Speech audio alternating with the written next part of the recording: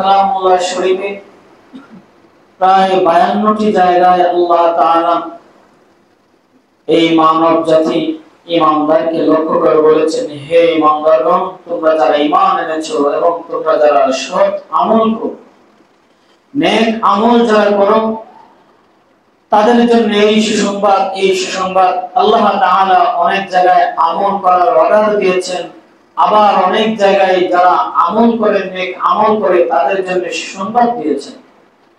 এভাবে আল্লাহ তাআলা পবিত্র কালামুল্লাহ শরীফে ঈমান এবং আমলের কথা উল্লেখ করেছেন। ঈমান এবং আমল যদি আমাদের থাকে, তাহলেই হবে কেবলমাত্র আমরা সেই দামি মানুষ, তাহলে আমাদের জীবনের লক্ষ্য পরিপূর্ণ হবে, আমাদের জীবনের লক্ষ্য পূর্ণ হবে, আমাদের এই দুনিয়াতে আসার প্রধান লক্ষ্য অর্জিত হবে।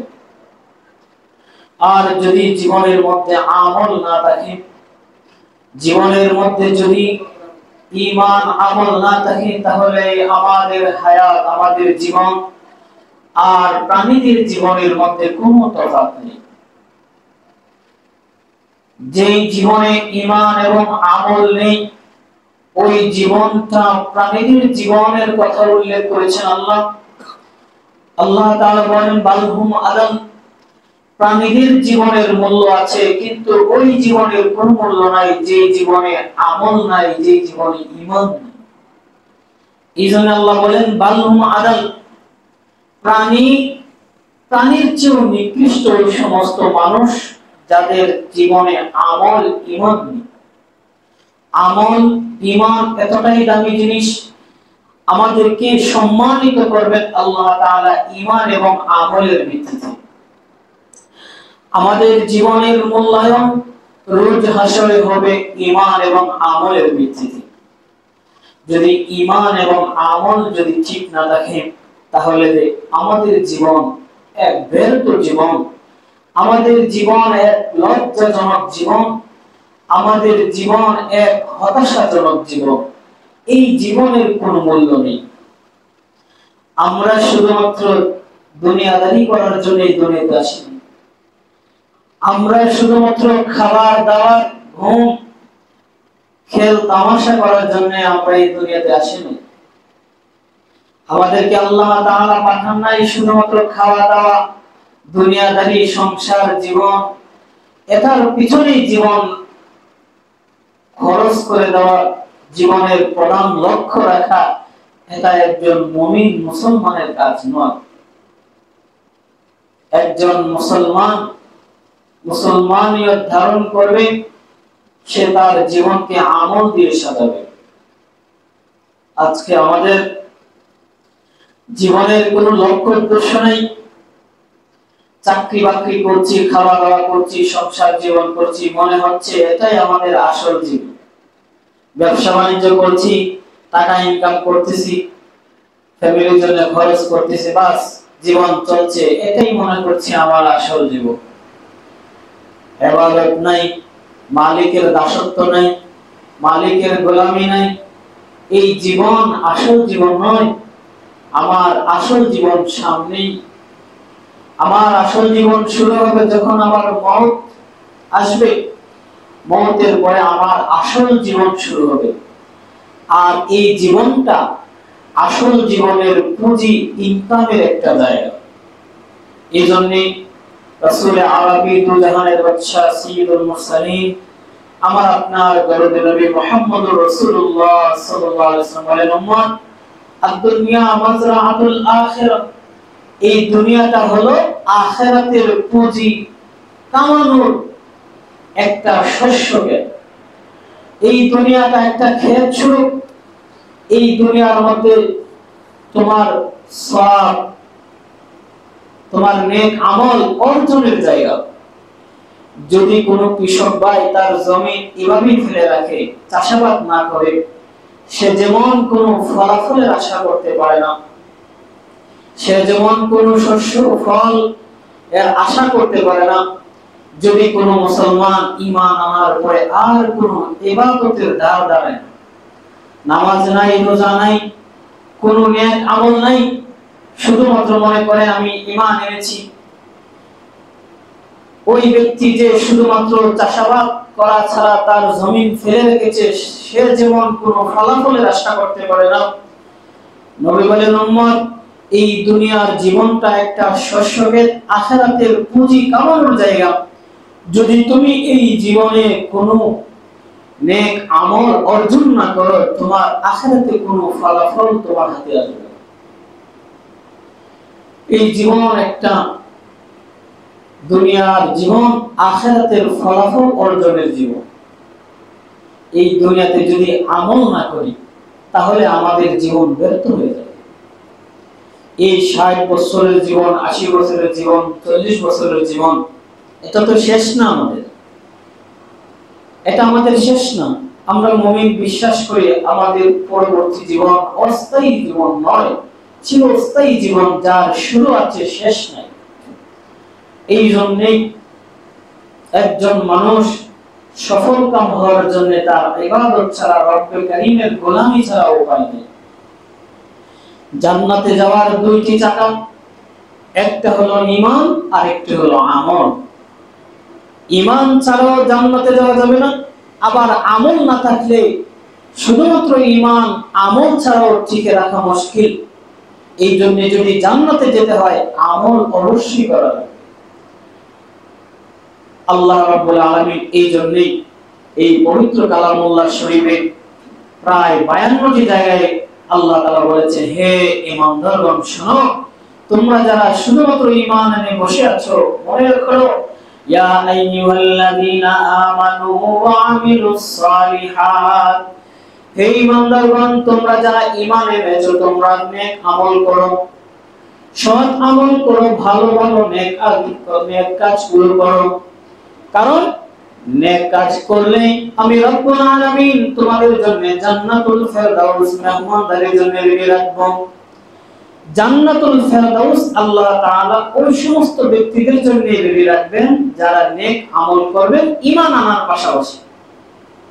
ঈমান এত দাম, ঈমান ছাড়া যদি আমি যত ভালো কাজই করি, ঈমান ছাড়া যদি আমি যতই ভালো কাজ করি, ওই আমলগুলো আমার আমলনামায় আসবে।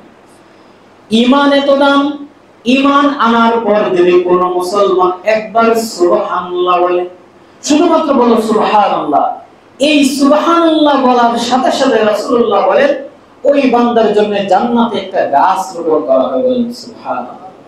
ঈমান আনার পরে যদি সুবহানাল্লাহ বলে, শুধুমাত্র বলো সুবহানাল্লাহ, আল্লাহর তুরুপ প্রশংসা করলো, ঈমানের সাথে আল্লাহ তাআলা তার জন্য জান্নাতে একটা গাছ রোপণ করে। আর ঈমান ছাড়া যদি আমি যত আমল করি, আমার ঈমান ঠিক নাই, এই আমল কোনো দাম নেই। এক ছাড়া শূন্যের যেমন কোনো দাম নেই, ঠিক ঈমান ছাড়া আমলের কোনো দাম নেই। এই জন্য জান্নাতে যেতে হলে দুইটা চাকা লাগবে, একটা হলো ঈমান আর একটা হলো নেক আমল। নেক আমল ছাড়া জান্নাতে যাওয়াটা কঠিন। নেক আমল ছাড়া জান্নাতে যাওয়াটা অনেক কঠিন। কারণ নেক আমল যদি কোনো ব্যক্তি না করে, ওই ঈমান স্থায়ী হয় না। গুনাহ করার কারণে গুনাহ করতে করতে এক সময় ঈমান কোন সময় চলে যায়, কোন সময় ঈমান চলে যায় টের পাওয়া যায়। এই জন্যই রব্বুল আলামিন আমলে সালেহের প্রতি অনেক গুরুত্ব দিয়েছে। আমাদের অনেকের জীবন চলছে, নিজে একটু খোঁজ নেই আমাদের জীবনের আমলের কি দশা। আমি কি ফজরের নামাজ ঠিকমতো পড়তে পারি? আমি কি 5 ওয়াক্ত নামাজ ঠিকমতো জামাতের সাথে পড়তে পারি? এই জীবনের হিসাব যদি আমি না নেই, তাহলে আমাকে যখন হিসাব নেওয়া হবে তখন আমি ধরা খেয়ে যাব। খলিফা হযরত ওমর ইবনে খাত্তাব রাদিয়াল্লাহু তাআলা আনহু বলেছেন, হে মানুষ শোনো, হাসিবু ক্বাবলা আন তুহাসিবু, তোমার নিজের হিসাব তুমি নিজে নাও। তোমার হিসাব নেওয়ার আগে, তোমার হিসাব যেদিন নেওয়া হবে, সেদিন যদি তোমার হিসাব আগে নিজে নিজে না করে রাখো, ঠিক না করে রাখো, তাহলে সেদিন ধরা খেয়ে যাবে। এই জন্য হাসিবু ক্বাবলা আন তুহাসিবু, নিজের আমলের হিসাব নিজে আগে নিয়ে নাও, তোমার হিসাব নেওয়ার আগে। তোমার হিসাব যেদিন না হবে, সেদিন কিন্তু প্রথমেই সালাতের হিসাব নেওয়া হবে। এই জন্য আমাদের খেয়াল রাখা উচিত আমাদের জীবন যে চলছে, আমার জীবনটা চলছে কি একজন ইমানদারের জীবন চলছে নাকি একজন ফাসিকের জীবন আমি অতিবাহিত করছি। আমি একজন মুমিনের মতো জীবন যাপন করছি নাকি একজন ফাসিকের মতো জীবন যাপন করছি। আমার জীবনের আমলের কি হালত, আমার জীবনের এই যে আমি সপ্তাহ গেল, মাস গেল, বছর গেল, দাড়ি পাকলো, দাড়ি কাঁচা থেকে পাকা হলো, আমার জীবনের হিসাবটা কি, আমার জীবনের মর্মটা কি বলেন। হিসাবটা নিজের হিসাবটা নিজে করতে। সাহিবুল বাইতি আতরা বিমা ফিহি, আরবিতে একটা কথা আছে, ঘরওয়ালা জানে ঘরের কি অবস্থা, ঘরের ভিতর কি সম্পত্তি আছে ঘরওয়ালাই ভালোভাবে জানে। সাহিবুল বাইতি আতরা বিমা ফিহি, আমি নিজের হিসাবটা আমি নিজে নেই, আমার ঈমান আমার আমলের কি অবস্থা। जिंदगी में बंदगी तू करना ही, जिंदगी में बंदगी तू करना ही, जिंदगी बे बंदगी शर्मिंदा है। যে জীবনের মধ্যে এই বন্দেগী নাই, যে জীবনের মধ্যে আমল নাই, যে জীবনের মধ্যে রব্বে কারীমের গোলামি নাই, যে জীবনের মধ্যে মালিকের দাসত্ব নাই, কবি বলেন ওই জীবনটা ওই ব্যক্তির জন্য লজ্জার, ওই জীবনটা তার জন্য লজ্জার, ওই জীবনটা আমার জন্য লজ্জার যে জীবনের মধ্যে মালিকের দাসত্ব নাই। মালিকের দাসত্ব ছাড়া আমার জীবন সুন্দর হবে না, আখিরাতের জীবন তো সুন্দর হবেই না, জীবনের এই দুনিয়ার জীবনও সুন্দর হবে না। মালিক বলেন যে ব্যক্তি আমল করবে, সালেহ আমলগুলো করবে, সৎ আমল করবে, সেই নারী হোক পুরুষ হোক, মান আমিলা সালিহাম মিন যাকারিন আও উনসা, নার হোক নারী হোক, যে ব্যক্তি যে গোলাম আমার নেক আমল করবে, আমার দাসত্ব করবে, আমি তাকে একটা সুন্দর জীবন উপহার দিব। হায়াতান তাইয়্যিবা, আজকে আমাদের জীবনে হতাশ অশান্তি, এই হতাশ অশান্তি আমরা অভিযোগ জানাই, কিন্তু কখনো কি ভেবে দেখেছি অশান্তি কেন, আমার জীবনের এই অশান্তি কেন, আমার জীবনের এই করুণ দশা কেন। আল্লাহ বলেন হে আমার গোলাম শোনো, যদি তুমি নেক আমল করো, মান আমিলা সালিহান, সালিহ তো নেক আমল, নামাজ নেক আমল, রোজা নেক আমল, নফল ইবাদত নেক আমল, যত আমল আছে রব্বে কারীমের সন্তুষ্টির জন্য করা হয় সবগুলো হলো নেক আমল। যে গোলাম আমার সন্তুষ্টির জন্য আমল করবে, নেক আমল করবে, ফালানুহিয়ান্নাহু, আমি তাকে দিব হায়াতান তাইয়্যিবা, সুন্দর একটা জীবন, যেই জীবনের মধ্যে পেরেশানি থাকবে না, যেই জীবনের মধ্যে হতাশা থাকবে না, যেই জীবনের মধ্যে চিন্তা থাকবে না, সুন্দর একটা জীবন আল্লাহ তাআলা আমাদের অভিযোগের শেষ নাই, এত পেরেশানি এই সেই, কিন্তু কখনো কি ভাবে দেখছি যে পেরেশানি যে আমি রব্বে কারীমের গোলামি দূর করি। আমি তো চাই রব্বে কারীম আমার সুন্দর একটা জীবন দেখ, রব্বে কারীম আমার জীবনটা সুন্দরভাবে সাজিয়ে দিক, আমার যেন ওই জীবনে কোনো পেরেশানি না থাকে, জীবনে কোনো অশান্তি না থাকে, রিজিকের কোনো পেরেশানি না থাকে। কিন্তু আমি কি কখনো ভেবেছি রব্বে কারীম আমার কাছে কি চায়? রব্বে কারীম বলেন গোলাম তুমি আমার কাজ করো, আমার দাসত্ব করো, আমার কাজ করো, আমি তোমার জীবনকে সুন্দরভাবে সাজিয়ে দেব। আমি আমার কাজ করি না, কিন্তু আমি ঠিকই রব্বে কারীমের কাছে সুন্দর একটা জীবন চাই। আল্লাহ তাআলা বলে দিয়েছেন গোলাম যদি তুমি সুন্দর জীবন চাও তাহলে আমার দাসত্ব করো। একমাত্র শান্তি, একমাত্র প্রশান্তি রব্বে কারীমের গোলামের মধ্যে আছে। আপনি নিজেকেই প্রশ্ন করুন, যেদিন আপনি পাঁচ ওয়াক্ত নামাজ জামাতের সাথে পড়তে পারেন আপনার দিলের অবস্থা, আর যেদিন আপনি গোলামি করতে পারেন না, আপনি নামাজ পড়েন না, ওই দিনের অবস্থা আপনি নিজেই তফাৎ করতে পারবেন। অশান্তি কাজ করবে যদি আপনি নামাজে অভ্যস্ত হন, একদিন যদি নামাজ না পড়েন অশান্তি কাজ করবে, শান্তি লাগবে না, কোনো কাজে শান্তি আসবে না। যেদিন রব্বে কারীমের গোলামি করতে পারবেন, আল্লাহর কুদরতি ভাবে সিজদা দিতে পারবেন, ওই দিনের আনন্দ, ওই দিনের মনের অবস্থাই অন্যরকম থাকবে। আল্লাহর ওয়াদা ফালানুহিয়ান্নাহু হায়াতান তাইয়্যিবা, আমি ওই গোলামকে সুন্দর একটা জীবন দেব, যে জীবনে কোনো পেরেশানি থাকবে না, যে জীবনে হতাশা থাকবে না, যে জীবনে কোনো কষ্ট থাকবে না। আল্লাহ তাআলা এই দুনিয়ার জীবনটাই সাজায় দিবেন। আর আল্লাহর নবী মুহাম্মদুর রাসূলুল্লাহ বলেছেন, হে আমার উম্মত শোনো, ওই দুনিয়ার জীবনটা যদি তুমি কাজে লাগাইতে পারো, আমল করতে পারো, তাহলে তোমার হায়াত, এই জীবনটা তোমার জন্য হবে সাফল্যের একটা দ্বারপ্রান্ত, যার সাফল্য, যার ফলাফল তুমি আখিরাতে ভোগ করবে। এই জন্য আল্লাহর নবী বলেন, আদ-দুনিয়া মাজরাআতুল আখিরাহ, এই দুনিয়ার জীবন একটা ক্ষেতের মতো, শস্যকে যেখানে চাষাবাদ করা হয়। এখন আমার চিন্তা, আমি নিজেই চিন্তা করে দেখি, আমার এই হায়াতের জীবনের এই শস্য ক্ষেতে কতটুকু চাষাবাদ করলাম, কতটুকু আমল আমি করলাম, যে আমলটা নিয়ে আমি রব্বে কারিমের সামনে দাঁড়াইতে পারবো, যে আমলটা নিয়ে আমি রব্বে কারিমের সামনে দাঁড়াইতে পারবো, এই আমলকে আমি করেছি। নিজেই হিসাব করেন, প্রত্যেক ভাই যারা এখানে আসেছে, আজকেই নিজে চিন্তা করে দেখেন, আমার তো 60 বছর চলে গেল, 50 বছর চলে গেল, 70 বছর অনেকে আছেন, আমার এই যে বয়সটা গেল, আমি কি করলাম এই বয়সে? এমন কোন আমল কি আমার রয়েছে যে আমল নিয়ে আমি মালিকের সামনে দাঁড়াইতে পারবো? কারণ মালিক আমাকে এই দুনিয়াতে পাঠাইছিলেন কেন? মূল লক্ষ্য উদ্দেশ্যটা কি? আল্লাহ তো বলেছিলেন, ওমা খালাকতুল জিন্না ওয়াল ইনসা ইল্লা লিয়াবুদুন, আমি কিন্তু তোমাকে পাঠিয়েছি আমার দাসত্ব করার জন্য, আমার গোলামি করার জন্য, আমার দাসত্ব করার জন্য, আমার গোলামি করার জন্য। কিন্তু আমি এসে আসল কাজ বাদ দিয়ে দুনিয়াদারির মধ্যে পড়ে গেছি। হ্যাঁ, দুনিয়াদারি করা নিষেধ এটা বলছি না, ইসলামে আপনি বৈরাগ্যবাদী নাই, ইসলামে বলে না দুনিয়াদারি সাইরা, সংসার সাইরা আপনি জঙ্গলে চলে যান, ইসলাম এটা সাপোর্ট করে না। ইসলাম এটা বলে না যে তুমি সব ছেড়ে একেবারে এই জঙ্গলে চলে যাও।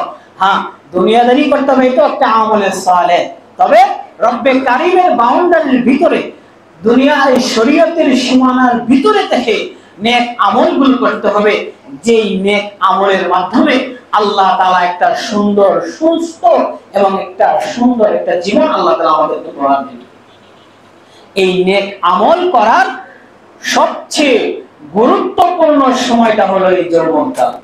এই যৌবনকালের ইবাদত আর বৃদ্ধ বয়সের ইবাদতের মধ্যে আসমান জমিনের মতো পার্থক্য। যৌবনকালের ইবাদতের আলাদা গুরুত্ব আল্লাহ তাআলার কাছে রয়েছে। এই জন্যই আল্লাহ নবী সাল্লাল্লাহু আলাইহি ওয়াসাল্লাম বলেছেন, যৌবনকালের ইবাদত, যারা যৌবন বয়সে ইবাদত করবে তাদের জন্য আল্লাহ তাআলা স্পেশাল ভাবে আরশে আজিমের ছায়া রেখে রাখবেন। বলেন সুবহানাল্লাহ। যৌবনকালের ইবাদতের দাম বেশি, কারণ হলো ওই বয়সে গুনাহের প্রবণতা থাকে বেশি, ওই বয়সে রক্ত গরম থাকে, ওই বয়সে গুনাহের প্রবণতা থাকে বেশি। এই জন্য ওই সময়টা যদি কন্ট্রোল করা যায়, এই বাদ বাকি তার বৃদ্ধ বয়সটা এমনি কন্ট্রোলে চলে আসবে। দরজওয়ানি তওবা করদান, দরজওয়ানি তওবা করদান, শিয়ায়ে পয়গম্বরি, ওয়াক্তে পীরি গর্বে জালেম মিশাওয়াত পরহেজগার। আল্লামা শেখ সাদী রাহমাতুল্লাহ আলাইহি, একজন দার্শনিক, বিশ্ববিখ্যাত দার্শনিক আল্লামা শেখ সাদী রাহমাতুল্লাহ আলাইহি তার কিতাবে বলেছেন, দরজওয়ানি তওবা করদান, যুবক অবস্থায় আল্লাহর রাস্তায় চলে আসা, যুবক অবস্থায় আল্লাহর পথে চলে আসা, এটা পয়গম্বর, ওলি আল্লাহ, পয়গম্বরদের শান। বলেন সুবহানাল্লাহ। ওয়াক্তে পীরি গর্গে জালেম মিশাওয়াত পরহেজগার। ওয়াক্তে পীরি মানে বৃদ্ধ বয়সে বহু জালেম সুদা হয়ে যায়। বৃদ্ধ বয়সে শরীর চলে না, আর কি করবে? বৃদ্ধ বয়সে ইচ্ছা করলেই তো মাদক সেবন করতে পারে, ইচ্ছা করলেই সে মারামারি করতে পারে না, ইচ্ছা করলেই সে কাজ করতে পারে না, অপরাধ করতে পারে না, বাধ্য হয়ে সে বুজুর্গ হয়ে যায়। অনেকে আবার হয় না, বৃদ্ধ বয়সে খারাপ থাকে, ভিন্ন কথা, কিন্তু বৃদ্ধ বয়সে একসময় আল্লাহ তাআলার দিকে মানুষ ফিরে, যে বয়স হয়ে গেছে আর কি করার, ইবাদতে মন দেয়। কিন্তু যৌবনকাল বহু ভাই যৌবনের দ্বারা পথভ্রষ্ট হয়ে যায়। এই জন্য আল্লামা শেখ সাদী বলেন, যৌবন কালে তুমি যদি রবের ইবাদত করো, ফিরে আসতে পারো, এটাই পয়গম্বরদের, পয়গম্বর ওলি আল্লাহ গৌস কুতুবের শান এটাই। তারা যৌবন কালকে তারা কন্ট্রোল করেছে। যৌবন কাল কন্ট্রোল না করে সারা জীবন পাপাচার করে বৃদ্ধ বয়সে ওলি আল্লাহ হয়ে গেছে, এরকম দৃষ্টান্ত পাওয়া যায় না। কারণ যৌবন কাল আল্লাহর কাছে বহু প্রিয়, এবং ওই কালের এই ইবাদত বৃদ্ধ কালের ইবাদতের সমান নয়। ওইটা হলো রিটায়ার পারসন। দুনিয়ার জীবনে আমরা দেখি একটা বয়স আসলে সরকারও আমাদের কাজে রাখতে চায় না, যে এই বয়সে তোমার আর কাজ করার দরকার নাই, এই বয়সে কাজ নাই। দুনিয়ার জীবনে আমরা কি করতে লাগে না, একটা সময় আমাকে বাদ দিয়ে দেয়।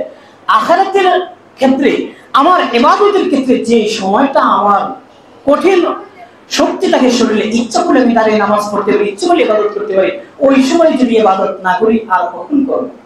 বিশেষভাবে ইবাদত তো সব বয়সের ইবাদতই গ্রহণযোগ্য আল্লাহর কাছে ইখলাসের ভিত্তিতে, কিন্তু বিশেষভাবে যৌবনকালের ইবাদত আল্লাহর কাছে বেশি গ্রহণযোগ্য।